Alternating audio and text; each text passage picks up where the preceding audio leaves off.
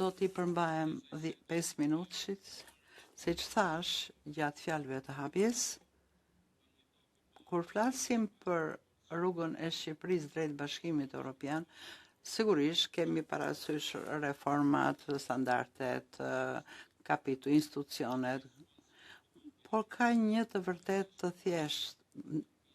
Asnjë proces nuk mund të arrihet pa pronësi demokratike. Dhe pikërisht këtu futet në lojë dhe Parlamenti i Shqipërisë.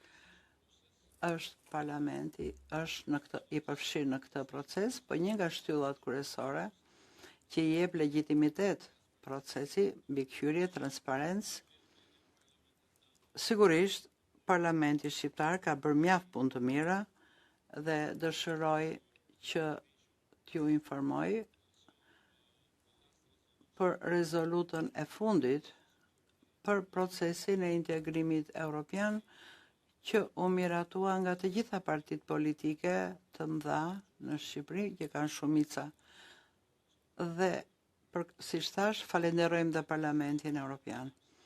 Nuk e shikoj këtu zonjën strikt, por meqense kam edhe 3 minuta për të folur, dua të sqaroj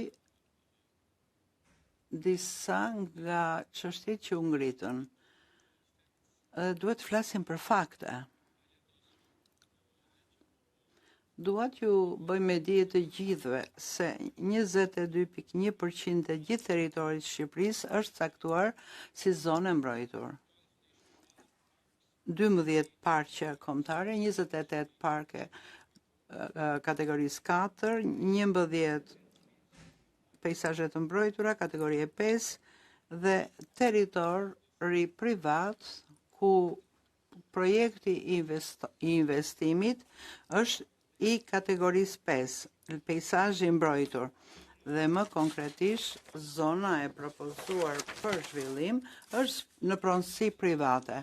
Projekti nuk ka të bëjë me shitjen e tokës private, është në fazën e zhvillimit dhe nuk është miratuar projekti përfundimtar.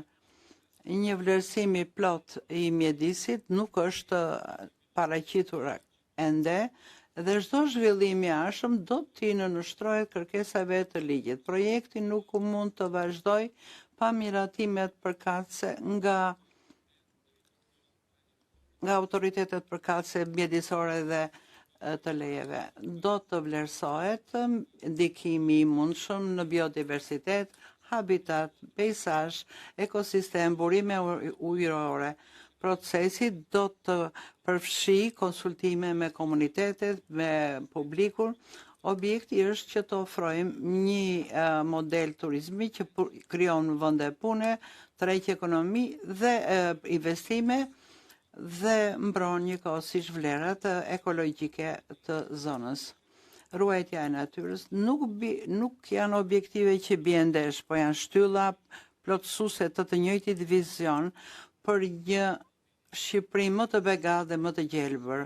Kjo nuk është një fjalim, është një angazhim i cili ka qenë shprehur qartë nga qeveria, nga kryeministri. Dëgjova zonjën Strik që tha, e dëgjoj kryeministri Rama që tha projekti do të vazhdoj, po, sigurisht do të vazhdoj, por bazuar në respektimin e të gjithë standardeve. Dhe këto janë të gjitha hapat. Dëgjova që ai ishte shqetësuar që është ndërtuar një rrugë, por aty ka fshatra, ka njerëz që banojnë në Zvënec. Ka njerëz që vinë nga ajo zonjë.